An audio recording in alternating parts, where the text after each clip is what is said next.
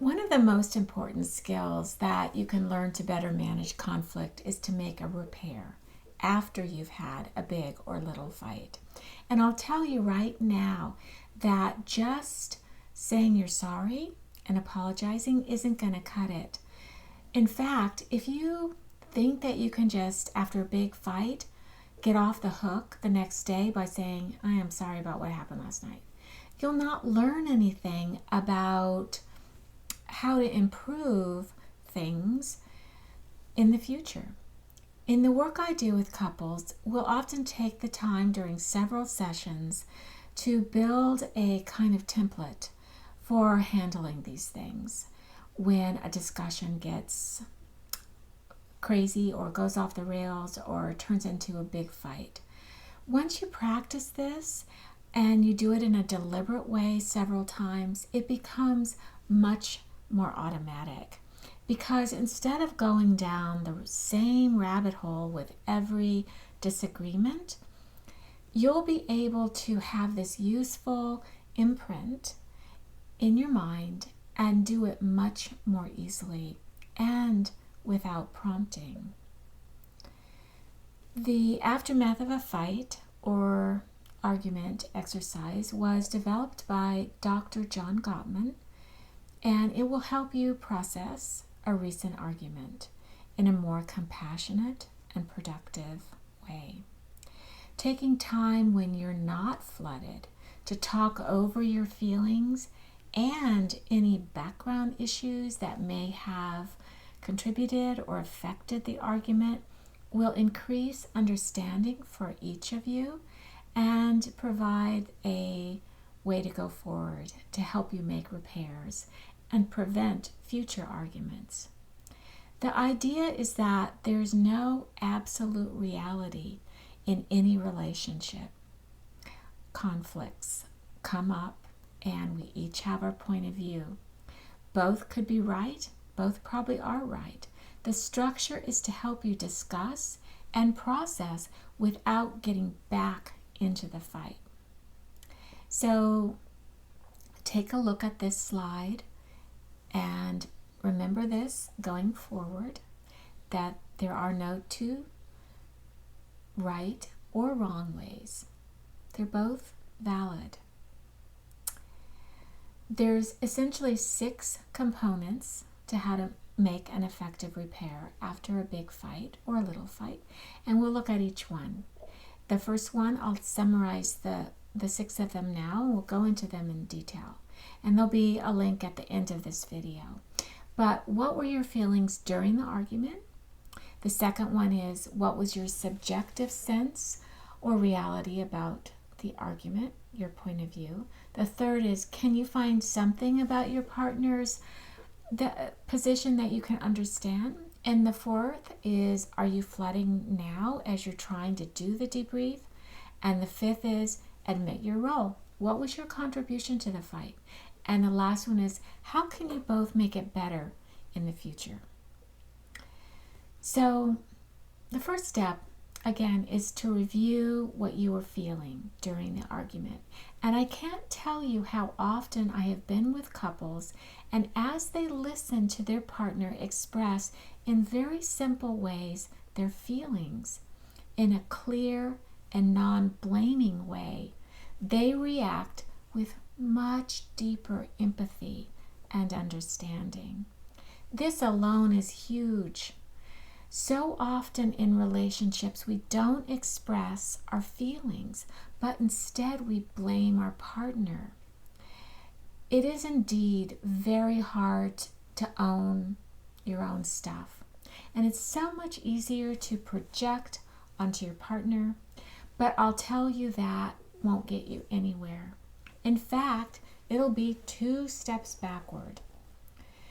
So for this first step, this is where the Psych 101 active listening rule comes in handy, of expressing your feelings with I statements.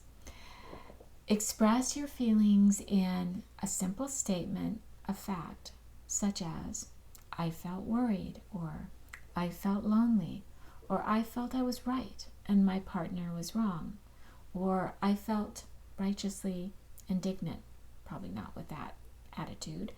An important ground rule here is that it's important to not cheat. And that would be like saying, I felt like you. That's like a disguise, I statement. Doesn't work. The reason expressing your feelings after a fight is so important and so often misunderstood is that often we're not even aware of what we're feeling. And if we are aware, we bring strong feelings of attachment to our point of view. It is also important to be brief in this part of the repair. All too often, couples will say, I felt, fill in the blank, and then they go on and on, justifying and explaining why they felt the way they did for many, many more sentences. When that happens and I'm with them in therapy, I'll gently stop the partner and remind them to use this formula of brevity. I felt blank, period. Going into a long explanation just makes your partner defensive and get flooded again all over. So remember to say it plainly without blame. I felt taken advantage of. I felt taken for granted. I felt cared for.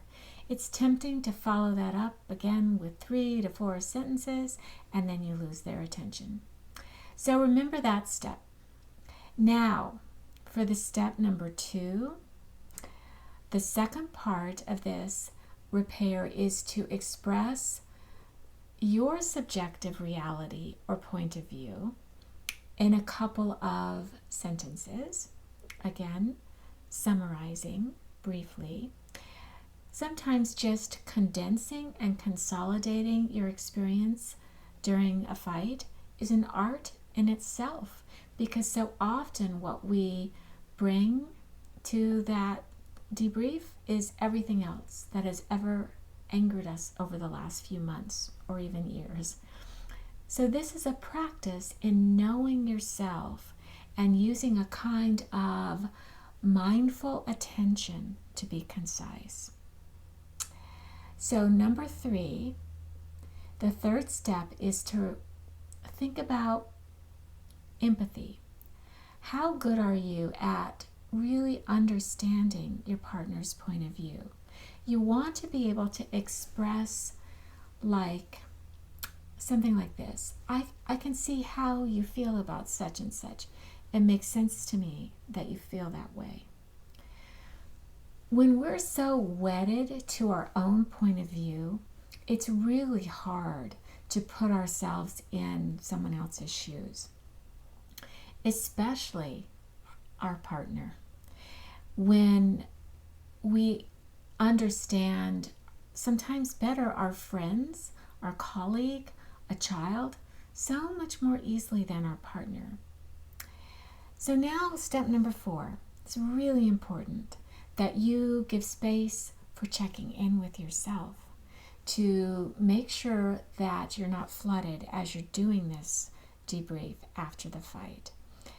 Because many times when couples go back to a debrief about a fight, they just get angry all over again.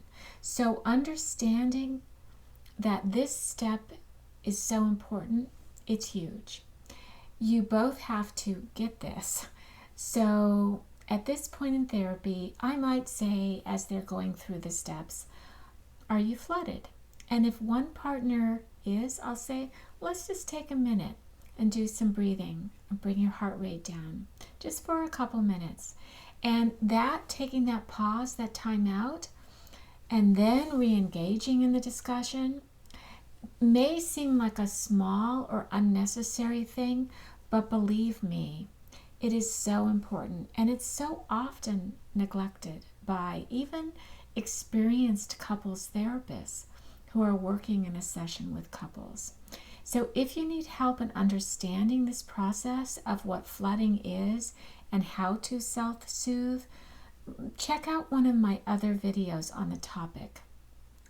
So number 5, now this is the 5th step, and one of my favorite parts of the exercise, and something that you can take with you to any other relationships with family or friends. And that is admit your role. It's essential that each of you takes some responsibility for what went wrong during your discussion. What made it go sideways? So, like expressing your feelings in step 1, this is also done with a simple sentence, briefly. For instance, you might say something like, I have been very stressed lately and irritable lately, or I haven't expressed much appreciation toward my partner lately, or I have been overly sensitive lately, or I have needed to be alone, or I have needed to make more time for us, for good things between us. I haven't done that. So, do you hear in those examples a common denominator? It is that you are able to look at what the backdrop, the background noise that may have contributed to the escalation of the fight. So often we just get caught up in our busyness of our lives that we get stuck in our own feelings of being neglected or neglecting ourselves, that we don't reach out to our partner and they have no idea how we've been feeling. And I can't tell you how often I hear that. This step is really about taking responsibility for your contribution, your role in the fight. And from my work with couples, I can say that this alone is eye-opening for both people. You know, the very last step in this process is that you then come together and you strategize together on what you need to do differently next time. So you ask yourself very directly, what is one thing my partner can do differently next time, and what is one thing I can do differently next time? This takes some insight to realize how you can ask directly for what you need going forward, and to accept what your partner says would help them and what they might need going forward. So this process, and it is a very powerful one, is something that it will change the fights going forward, because you kind of have this ability to think about how you're feeling. You can express that. You're more mindful of it. You can also remember what you decided would help going forward. You're also able to sort of take those timeouts before you get flooded. So you can do this together in a formal way with all 6 steps. I like to have couples take turns with each step. Other people do it differently. But it really will become imprinted in a way that the 6 steps become integrated into one clear, heartfelt repair. That may look something like this. Just to summarize how it might look going forward without the 6 formal steps. I'd like to apologize for my role in our disagreement last night. I've been thinking it over, and I realized I came on really strong because I was feeling worried about finances and money. I got worked up and I really didn't listen to what you wanted to say. I can see that you may have felt dismissed by me then, and I want you to know that I didn't mean to be dismissive of your ideas for vacation or gardening or you fill in the blank. I think I may have been very preoccupied lately with my job stress, and I haven't been really giving you much attention and making time for the 2 of us. So that's quite a bit different from saying, I'm sorry you got into an argument last night, right? It's quite different. I won't kid you that this is easy. It's easier in a therapist's office when you first do it a few times, but it does take practice at home. And you can try it from just this video if you're not in couples therapy.